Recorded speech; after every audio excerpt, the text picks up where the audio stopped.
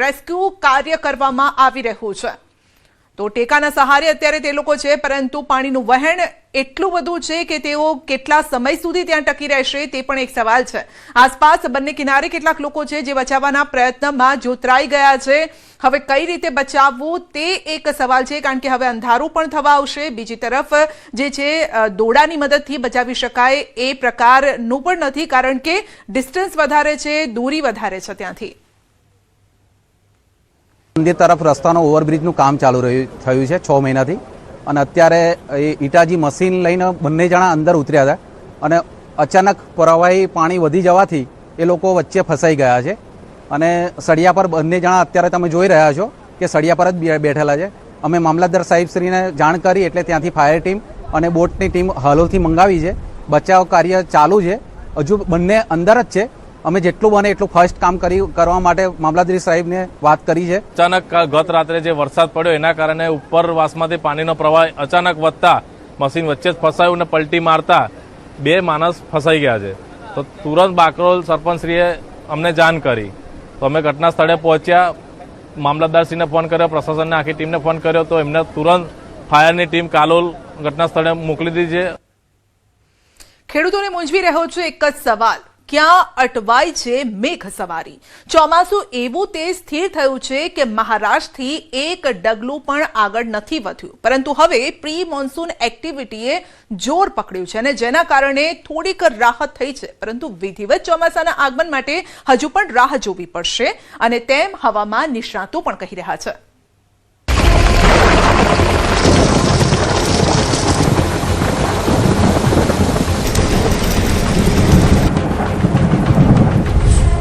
રાજ્યમાં pre monsoon એક્ટિવિટીએ જોર પકડ્યો।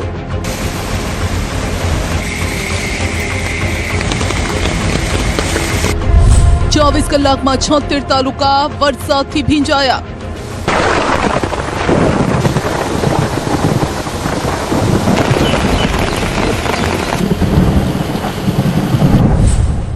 જૂન સુધી હજુ ચોમાસું મૂળમાં નહીં આવે।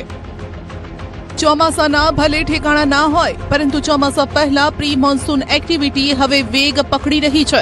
2 દિવસથી રાજ્યના કેટલાય તાલુકાઓ ભીંજાઈ રહ્યા છે। સૌરાષ્ટ્ર હોય કે મધ્ય ગુજરાત કે પછી દક્ષિણ અને ઉત્તર ગુજરાત, અહીં ક્યાંક ધીમી ધારે ક્યાંક ધોધમાર વરસાદ પડી રહ્યો છે। ચોમાસાના આગમન પહેલા ચોમાસાનો માહોલ જામતા ખેડૂતોના જીવમાં જીવ રેડાયો છે। ચોમાસું ભલે મોડું હોય, પરંતુ ચોમાસાના આગમનના એંધાણ બંધાતા ખેડૂતો હાશકારો અનુભવી રહ્યા છે। સાર્વત્રિક ખેતીલાયક વરસાદ। પંચમહાલ જિલ્લામાં સાર્વત્રિક વરસાદ વરસ્યો। જિલ્લામાં કેટલી જગ્યાએ ખેતરો જળબંબાકાર જોવા મળ્યા। ગોધરા અને હાલોલમાં રસ્તાઓ પાણી થઈ ગયા। સિઝનની શરૂઆતમાં જ પંચમહાલમાં ખેતીલાયક વરસાદ વરસ્યો, જેના કારણે વરસાદની ચાતક નજરે રાહ જોતા ખેડૂતો રાજીના રેડ થઈ ગયા। હાલોલમાં તો 4 ઇંચ જેટલો જિલ્લામાં સૌથી વધુ વરસાદ નોંધાયો। છેલ્લા 12 કલાકના વરસાદના આંકડા પર નજર કરીએ। હાલોલમાં 4 ઇંચ, ગોધરામાં 3.2 ઇંચ, ઘોઘંબામાં 2 ઇંચ, શહેરામાં 3 ઇંચ, જાંબુઘોડામાં 2.5 ઇંચ, મોરવા હડપમાં 2 ઇંચ અને હાલોલમાં પણ 0.8 ઇંચ વરસાદ નોંધાયો। નદી પરનો બ્રિજ ડૂબ્યો। વરસાદ ક્યાંક રાહત તો ક્યાંક આફત લઈને આવ્યો। પંચમહાલમાં ધોધમાર વરસાદ વરસતા હાલાકીના દ્રશ્યો જોવા મળ્યા। ગોધરાના કાંકણપુર પર મ્યો નદી પરનો બ્રિજ ચોમાસાની શરૂઆત પહેલા જ વરસાદમાં ડૂબી ગયો, જેના કારણે કાંકણપુર અને રામપુરાને જોડતો રસ્તો બંધ થઈ ગયો। નજીકના ગ્રામ્ય વિસ્તારોના અનેક નાના માર્ગો પણ બંધ થઈ ગયા। કેટલી જગ્યાએ રસ્તા પર વૃક્ષો ધરાશાયી થવાની ઘટના પણ બની। પોલીસ ચોકીમાં ઘૂંટણસમા પાણી ભરાયા। જેમના શિરે લોકોની રક્ષા કરવાની જવાબદારી છે તે લોકોની હાલાકી જોઈ લો। ગોધરાની પોલીસ ચોકીના આ દ્રશ્યો છે, જ્યાં ઘૂંટણસમા પાણી ભરાયા। શહેરમાં 3 ઇંચ વરસાદે પાલિકાની પ્રી મોન્સૂન કામગીરીની પોલ ખોલી નાખી। પોલીસ ચોકી જ નહીં, શહેરના અનેક નીચાણવાળા વિસ્તારો સિઝનની શરૂઆતમાં ડૂબી ગયા, જેના કારણે હવે તંત્રની પ્રી મોન્સૂન કામગીરીને લઈને સવાલો ઊભા થઈ રહ્યા છે। હજુ ચોમાસું સત્તાવાર રીતે બેઠું નથી અને ત્યાં લોકોના આ હાલ છે। ચોમાસું બેઠા પછી શું થશે? શું તંત્ર લોકોને આ રીતે જ ડૂબવા માટે છોડી દેશે? છોટાઉદેપુરમાં મેઘરાજા મહેરબાન। છોટાઉદેપુરમાં સતત બીજા દિવસે વરસાદી માહોલ જોવા મળ્યો. સવારથી વાદળો બંધાયા હતા, જે ભારે પવન સાથે ધીમી ધારે વરસવા લાગ્યા. શહેરના મુખ્ય બજાર, કસ્બા વિસ્તાર, રાજપૂત ફળિયા તેમજ એસટી ડેપોમાં ધીમી ધારે વરસાદ વરસ્યો. સવારે વરસાદ પડતા કામ ધંધે જતા લોકોને થોડી હાલાકી ભોગવવાનો વારો આવ્યો. વરસાદના કારણે શાક માર્કેટમાં વેપારીઓ અને ગ્રાહકોની પાંખી હાજરી જોવા મળી. વરસાદની સાથે વીજળી ડોલ થઈ જતા સામાન્ય નાગરિકો પરેશાન થયા. રાહતની વાત એ રહી કે વરસાદના કારણે લોકોને ગરમીથી રાહત મળી છે. બોડેલી તાલુકો પણ વરસાદથી ભીંજાયો. અહીં ગાજવીજ અને ભારે પવન સાથે ધોધમાર વરસાદ વરસ્યો. બોડેલીના ચાચક, ઢોકલિયા, જાખરપુરા, માંકની, જબુગામ, કકરોલી સહિતના વિસ્તારમાં વરસાદ થયો, જેના કારણે ખેડૂતોએ હવે રાહતનો શ્વાસ લીધો છે. હવે તેમની વાવણીની તૈયારી લેખે લાગશે. પ્રથમ વરસાદમાં જ ડાયવર્ઝન ધોવાયું. બોડેલી હાલોલ રોડ પર ખાખરિયા પાસેનું ડાયવર્ઝન સિઝનની શરૂઆતના જ વરસાદમાં ધોવાઈ ગયું. ડાયવર્ઝન ધોવાતા બોડેલી હાલોલ રોડ બંધ થઈ ગયો. ખાખરિયા ગામમાંથી પસાર થતા કોતર પરના પુલનું કામ પ્રગતિ પર હોવાથી અહીં ડાયવર્ઝન અપાયું હતું. કોતરમાં પણ પાણી આવતા ડાયવર્ઝન ધોવાઈ ગયું, જેના કારણે વાહન વ્યવહાર ઠપ થઈ ગયો. વાહન ચાલકોને પણ હાલાકી ભોગવવાનો વારો આવ્યો. ખેતરો થયા જળબંબાકાર. દાહોદ જિલ્લામાં ધોધમાર વરસાદ વરસતા ખેતરો જળબંબાકાર થઈ ગયા. દાહોદના લીમડી, લીમખેડા, ઝાલોદ, ફતેપુરા, સંજેલી, ગરબાડા અને દેવગઢ બારિયામાં વરસાદી માહોલ જામ્યો. ખેતરો જળબંબાકાર થતા ખેડૂતોમાં ખુશીનું મોજું ફરી વળ્યું છે. ક્યાંક ખુશી, ક્યાંક ગમ. પ્રથમ વરસાદમાં જ દિલ્હી મુંબઈ કોરિડોર નજીકના ગામોમાં આફત આવી ગઈ. પ્રથમ વરસાદમાં ખેતરો અને ઘરની અંદર પાણી ભરાઈ ગયા. વરસાદી પાણીના નિકાલની કોઈ વ્યવસ્થા ન હોવાથી લોકોમાં રોષ છે. અગાઉ આંદોલન કરવા છતાં સમસ્યાનો કોઈ ઉકેલ ન આવ્યો હોવાનો સ્થાનિકોનો આક્ષેપ છે. અધિકારીઓને જાણ કરી હોવા છતાં જાડી ચામડીના અધિકારીઓએ આંખ આડા કાન કર્યા. પરિણામે આ લોકોને પ્રથમ વરસાદમાં જ હાલાકી ભોગવવાનો વારો આવ્યો. ચોમાસાના પહેલા જ દિવસે આજે જે પાણી ભરાયું એવી ને એવી પરિસ્થિતિ 4 વર્ષથી થાય છે. આજે જ્યારથી કોરિડોરનું કામ ચાલુ કર્યું ત્યારથી આ ગામની અંદર આ કોરિડોરના કારણે ઘરોની અંદર દર વર્ષે ઢીચણ પાણી જતું રહે છે. છતાં બી આ વસ્તી ગામની અંદર રસ્તા માટે બી કઈ આયોજન થતું નથી. આજે બાળકોને હવે આજે આ ચોમાસું આવી ગયો, પાણી ચાલુ થઈ ગયું, આ પાણી હમણાં નિકાસ માટે ખોદીને કાઢી નાખ્યું, પણ હવે રસ્તો નથી. એટલે રસ્તા માટે બી કોઈ વ્યવસ્થા નથી થઈ. આવી મોટી મોટી રસ્તા નીકાળી દીધા, પણ એક ગામડાનો ખાલી નાની શેરીનો રસ્તો કાઢવાનો છે, એ રસ્તો આજે 4 વર્ષ થઈ ગયા ફિર બી એની એ હાલતમાં છે. એટલે અમે કહેવા માંગીએ કે ભલે મોટા લોકો માટે મોટો રસ્તો કાઢી દીધો, પણ અમારા નાના ગરીબ માટે એક નાનું નાળું નાખી અને થોડો રસ્તો આવવા જવા માટે કરી આપે. અમારે વસ્તી ગામમાં કોરિડોર રોડ ને બાબતે અમારે નુકસાની થાય છે. 3 વર્ષ થઈ ગયા છે. ખાવા પીવા પણ નથી મળતું. અને દર વર્ષે ચોમાસો આવશે એટલે મારા ઘર પણ બુડી ગયું છે, મારા કૂવો પણ તણાઈ ગયો છે. મારા ખેતીનો કઈ મારા છોકરાને પાળે એવું તો કઈ છે નથી. કઈ પાક પણ નથી મળતો એના કોરિડોર રોડ માટે. પણ પીવાના પાણી તો અમારા આખો કૂવો બુડી ગયો છે. દાહોદ જિલ્લાના ગોવિંદગુરુ લીંબડી તાલુકામાં દિલ્હી મુંબઈ નેશનલ કોરિડોર નજીક આવેલા 14 જેટલા ગામોના ગ્રામજનો ચોમાસાની શરૂઆત સાથે જ ભારે હાલાકીનો સામનો કરી રહ્યા છે. દાહોદ જિલ્લાની અંદર પહેલા જ વરસાદમાં દિલ્હી મુંબઈ કોરિડોર હાઈવે ઉપર વરસાદે તારાજી સર્જી હોય તેવી પરિસ્થિતિ સર્જાઈ રહી છે. આપ જે દ્રશ્યમાં જોઈ રહ્યા છો એ પ્રમાણે હાલ અમે ઊભા છીએ વસ્તી ગામની અંદર. જો કે વસ્તી ગામ સહિત દિલ્હી મુંબઈ કોરિડોરના જે 14 ગામો છે અસરગ્રસ્ત, તેઓની અંદર આ પ્રકારની પરિસ્થિતિ સર્જાઈ રહી છે. ખેડૂતોના ખેતરની અંદર પાણી ભરાઈ ગયું છે અને જે મકાનો છે તે પણ ધરાશાયી થવાની શક્યતા થઈ ગઈ છે. ગામ લોકોના કહેવા મુજબ છેલ્લા 4 વર્ષથી સમસ્યાના નિરાકરણ માટે અનેક વખત રજૂઆતો કરવામાં આવી હોવા છતાં તંત્ર દ્વારા માત્ર આશ્વાસનો આપવામાં આવે છે. પ્રથમ વરસાદ પડતા જ વસ્તી મીરાખેડી ગામ વિસ્તારમાં ખેતરો અને રહેણાંક વિસ્તારોમાં પાણી ભરાઈ જવાની સ્થિતિ સર્જાઈ. પાણી ભરાવાના કારણે ગામમાં આવવા જવાના રસ્તાઓ અવરોધિત બન્યા, જેના કારણે સ્થાનિક રહેવાસીઓ તેમજ વિદ્યાર્થીઓને ભારે મુશ્કેલીનો સામનો કરવો પડ્યો. ગ્રામજનોનો આક્ષેપ છે કે નેશનલ હાઈવે ઓથોરિટી સંબંધિત તંત્ર અને દિલ્હી મુંબઈ હાઈવેના કોન્ટ્રાક્ટરોને વારંવાર રજૂઆત કરવા છતાં કાયમી ઉકેલ માટે કોઈ અસરકારક કામગીરી હાથ ધરવામાં આવી નથી. પરિણામે દર વર્ષે વરસાદી સિઝનમાં લોકોને મુશ્કેલી ભોગવવી પડે છે. આજથી અગાઉ જે કોરિડોર ઓથોરિટીના જે અધિકારીઓ જોડે અમારા ચર્ચા વિચારણા થઈ, વાતચીત થઈ. આજથી 1 મહિના પહેલા કે ભાઈ આ રસ્તો અમે લોકો બનાવવાના છે. આ લોકો અમને એવી રજૂઆત કરી ભાઈ કોરિડોર નેશનલમાં આવતો અમારે અંદરમાં જે મંજૂર કરાયેલો રસ્તો છે તો વસ્તી ગામના લોકોને જવા આવવા માટે અમારે રસ્તો બનાવવાનો છે અને આના નાળાનું બાંધકામ બી અમારે કરવાનું છે. તો અગાઉ અમે 1 મહિના 1.5 મહિના 2 મહિનાથી એમને રજૂઆત કરી, આજ સુધી કામગીરી પૂર્ણ કરી નથી. એટલે એની તમામ જવાબદારી ઓથોરિટી કોરિડોર ઓથોરિટી છે. સ્થાનિકોની રજૂઆત બાદ તંત્ર દ્વારા હિટાચી મશીનની મદદથી કામચલાઉ ધોરણે પાણીના નિકાલની કામગીરી હાથ ધરવામાં આવી, જેના કારણે પાણીનો ભરાવો ઓછો કરવામાં આવ્યો. તંત્રએ પાણીનો હંગામી નિકાલ કરીને સંતોષ માની લીધો છે, જ્યારે ગ્રામજનોએ સમસ્યાનો કાયમી ઉકેલ લાવવા માટે તાત્કાલિક યોગ્ય ડ્રેનેજ વ્યવસ્થા અને વરસાદી પાણીના નિકાલ માટે જરૂરી કામગીરી હાથ ધરવાની માંગ કરી છે. આજે અમે અહીંયા પાણી ભરાઈ ગયા હતા, એની સ્થળ વિઝિટ કરવા માટે અહીંયા આવ્યા હતા અને પાણીનો નિકાલ કરાવ્યો છે. વહેલી સવારથી વાતાવરણમાં પલટો. સુરતમાં પણ વહેલી સવારથી વાતાવરણમાં પલટો આવ્યો. શહેરના અનેક વિસ્તારોમાં ધીમી ધારે વરસાદ વરસ્યો, જેના કારણે લોકોને કાળઝાળ ગરમીથી રાહત મળી. આગામી 24 કલાક પણ વરસાદની આગાહી છે. સુરત જિલ્લામાં કેટલી જગ્યાએ વરસાદ નોંધાયો. હવામાન વિભાગની આગાહી મુજબ જ બારડોલી, કામરેજ, પલસાણા સહિતના વિસ્તારોમાં વહેલી સવારથી વરસાદ પડ્યો. ક્યાંક ઝરમર, ક્યાંક ભારે પવન સાથે વરસાદી ઝાપટા પડ્યા. વરસાદી માહોલના કારણે વાતાવરણમાં ઠંડક પ્રસરી. નર્મદા જિલ્લામાં મેઘરાજાની પધરામણી ખુશી લાવી છે. રાજપીપળા સહિત જિલ્લાના કેટલાય વિસ્તારોમાં વરસાદના કારણે ઠંડક પ્રસરી. નર્મદાના મોટાભાગના તાલુકામાં સિઝનનો પ્રથમ વરસાદ નોંધાયો, જેના કારણે હવે ખેડૂતોમાં આનંદની લાગણી છે. મહીસાગરમાં સતત બીજા દિવસે મોટાભાગના તાલુકામાં વરસાદ વરસ્યો. બાલાસિનોર, સંતરામપુર, વીરપુર, ખાનપુર, કડાણા, લુણાવાડા, કોઠંબા સહિતના તાલુકામાં વીજળીના કડાકા ભડાકા સાથે વરસાદ નોંધાયો. રાતથી શરૂ થયેલો વરસાદ સવારે પણ જોવા મળ્યો. વરસાદના કારણે લોકોને ગરમીથી રાહત મળી, સાથે ખેડૂતો પણ આ વરસાદને જોઈને હરખાયા છે. ધોધમાર વરસાદથી ગરનાળું ધોવાયું.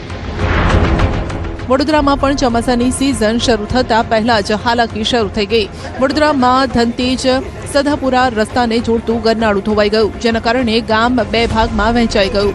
વાહન વ્યવહાર ઠપ થઈ ગયો. ડાયવર્ઝન પાસેનું ગરનાળું ધોવાતા રસ્તાને ભારે નુકસાન થયું. ગામના વિદ્યાર્થીઓ, ખેડૂતો, નોકરિયાત વર્ગને ભારે હાલાકી ભોગવવાનો વારો આવ્યો. પ્રથમ વરસાદે તંત્રની પોલ ખોલી. હજુ તો ચોમાસાની ધમાકેદાર શરૂઆત પણ નથી થઈ અને ત્યાં કલોલમાં પહેલા વરસાદમાં વિકાસ ભ્રષ્ટાચારની ભેટ ચઢી ગયો. સિઝનના સામાન્ય વરસાદમાં કલોલ પંચવટીની અનેક સોસાયટીના ગેટ સુધી પાણી ભરાઈ ગયા. પ્રથમ વરસાદમાં કલોલના વિકાસની પોલમપોલ ખુલ્લી પડી ગઈ. હનુમાન મંદિર, ભીમનાથ ડુપ્લેક્સ, ગ્રીન વેલી, ગ્રીન સિટી સહિતની સોસાયટીના ગેટ સુધી પાણી ભરાઈ જવાથી લોકોને હાલાકીનો સામનો કરવો પડ્યો. હજુ ચોમાસાની શરૂઆત નથી થઈ અને ત્યાં લોકોના આ હાલ થયા છે, માટે લોકો તંત્રની પ્રી મોન્સૂન કામગીરીને લઈને સવાલો ઉઠાવી રહ્યા છે. ગીર સોમનાથમાં પણ વરસાદી માહોલ જોવા મળ્યો. ગીર સોમનાથના સૂત્રાપાડા, પ્રાચી, મોબતપરા, ટીમડીમાં વહેલી સવારથી વરસાદી માહોલ જામ્યો. કેટલી જગ્યાએ વરસાદી ઝાપટા પડ્યા, જેના કારણે ખેડૂતોમાં ખુશી જોવા મળી. વરસાદના કારણે વાતાવરણમાં ઠંડક પ્રસરી. વિરમગામમાં પણ મોડી રાત્રે વરસાદ વરસ્યો. જોકે પહેલા વરસાદમાં જ પાણી ભરાવાની સમસ્યા સર્જાઈ. કેટલાક વિસ્તારોમાં પાણી ભરાતા વાહન ચાલકોને હાલાકીનો સામનો કરવો પડ્યો. અમરેલીના ખાંભાના ગામડાઓમાં વરસાદનું આગમન થયું. ખાંભાના ધુંધવાણામાં વરસાદના કારણે રસ્તા પર પાણી વહેતા થયા. ધુંધવાણા ઉપરાંત ભાણિયા સહિતના ગામમાં વરસાદના આગમનથી ખેડૂતો ખુશખુશાલ છે. જોકે ખેડૂતો હજુ વાવણી લાયક વરસાદની રાહ જોઈ રહ્યા છે. હવામાન વિભાગનું માનીએ તો 20 થી 25 જૂન સુધી રાજ્યના કેટલાક ભાગોમાં હળવા વરસાદની સંભાવના છે. बारिश का फोरकास्ट है. गुजरात रीजन में भारी बरसात के संभावना का पूर्वानुमान दिया गया है. इसमें थंडरस्टॉर्म का भी चांसेस रहेगा. इक्का दुक्का स्थानों में ये भारी बरसात का संभावना है. इसमें येलो वार्निंग दिया गया है. जो डिस्ट्रिक्ट इसमें आ रहा है महिसागर, दाहोद, छोटा उदयपुर, पंचमहल, बड़ोदरा और खेदा के लिए दिया गया है. और जो बाकी ज़िला है इसमें हल्का सा मध्यम बरसात का संभावना रहेगा. और थंडरस्टॉर्म का भी वार्निंग दिया गया है. गुजरात रीजन और सौराष्ट्र कच्छ दोनों रीजन में थंडरस्टॉर्म का वार्निंग दिया गया है. इसमें बिजली गिरने का भी संभावना रहेगा. जो स्पीड है 40 से 50 किलोमीटर प्रति घंटा होने का संभावना है. उसके आगे जो 20 से लेकर 25 जून तक इसके हल्का इक्का दुक्का स्थान में हल्का सा मध्यम बरसात का संभावना रहेगी. गुजरात रीजन में अगले 6 दिन मतलब 20 से लेकर 25 जून तक और सौराष्ट्र कच्छ में अगले 3 दिन 20 से लेकर 23 जून तक हल्का से मध्यम बरसात। 24 जून સુધી મૂળમાં નહીં આવે ચોમાસું. ગુજરાતમાં હજુ ચોમાસાના વિધિવત આગમનના કોઈ એંધાણ નથી. 24 જૂન સુધી મૂળમાં નહીં આવે ચોમાસું. હવામાન વિભાગે સંકેત આપ્યા છે, કેમ કે ચોમાસાના પવનની સ્થિતિ નબળી છે. બંગાળની ખાડીમાં અનુકૂળ પવનનો અભાવ છે. ઉપરાંત અરબ સાગરમાં પણ સાનુકૂળ સ્થિતિનો અભાવ છે. 25 જૂનથી ચોમાસું આળસ ખંખેરી શકે છે. ત્યારબાદ ચોમાસા માટે લો લેવલ સોમાલી જેટ મજબૂત બનશે, જેના કારણે નૈઋત્યના પવનોને બળ મળશે. અરબ સાગરમાંથી ભેજવાળા પવનો વધશે. અરબ સાગર બંગાળની ખાડીના પવનો ભેગા થઈને સિસ્ટમ બનાવશે. अभी जो मानसून का उत्तरी सीमा पास हो रहा है 18 डिग्री नॉर्थ और 60 डिग्री ईस्ट होते हुए हरनाई, सोलापुर, हैदराबाद, कोरापुट, फुलबनी, रांची होते हुए ये 28.3 डिग्री नॉर्थ तक बाई 83 डिग्री ईस्ट तक गुजर गई है. और अगले 3-4 दिनों में दक्षिण पश्चिम मानसून का जो स्थिति है आगे बढ़ने का तेलंगाना, ओडिशा, झारखंड और बिहार का कुछ हिस्सों में बढ़ने का संभावना है. और छत्तीसगढ़ में और कुछ हिस्सों में आगे बढ़ने का संभावना है अगले 3 से 4 दिन तक. गुजरात तक कहाँ पहुँचे? अभी गुजरात के लिए कोई IMD की तरफ से अभी नहीं बोला गया है, क्योंकि अभी जो मानसून का स्थिति महाराष्ट्र के ऊपर बने हुए 8 जून से वही स्थिति बनी हुई है. એક તરફ વિજ્ઞાન છે અને બીજી તરફ વડવાઓની દેશી પદ્ધતિ. હવે કઈ પદ્ધતિ સાચી તેને લઈને ચર્ચા ઊભી થઈ છે. આકાશી કસ, હોળીની ઝાડ, ભડલી વાક્યો, ટીટોળીના ઈંડા, પ્રાણી પક્ષીઓની ચેષ્ટાના આધારે વરસાદનો વર્તારો કરાય છે અને આના આધારે જ વરસાદ કે હવામાનની આગાહી રાજ્યના આગાહીકારો કરતા હોય છે. જો કે હવે વિજ્ઞાન જાથાના સંસ્થાપક જયંત પંડ્યાએ આવી આગાહીઓને ખોટી ગણાવી ખેડૂતોને ગેરમાર્ગે દોરનારી ગણાવી દીધી. વિજ્ઞાન જાથા અને અંબાલાલ સામસામે. જયંત પંડ્યાએ આગાહીઓને ગણાવી બકવાસ. ત્યાં વર્તારા કરનારાઓ પાસે એક પણ વૈજ્ઞાનિક ઉપકરણ કસોટીના સાધન ન હોય, વારંવાર ખોટા પડે છે. તેથી એને કાયમી ધોરણે આવા વર્તારા બંધ કરવા જોઈએ. અંબાલાલ પટેલ છે માત્ર ને માત્ર બકવાસ સિવાય કાંઈ નથી. એની વારે ઘડીએ દર વર્ષે એનું વાવાઝોડું ઊભું જ હોય છે. આ વ્યક્તિથી લોકોએ સાવધાન રહેવું જોઈએ અને અંબાલાલ પટેલ સંપૂર્ણ ખોટી અને બેબુનિયાદ અને બકવાસ લાયક પોતે આગાહી કરે છે, એના ઉપર એક પણ જાતનો ભરોસો ન કરવો જોઈએ.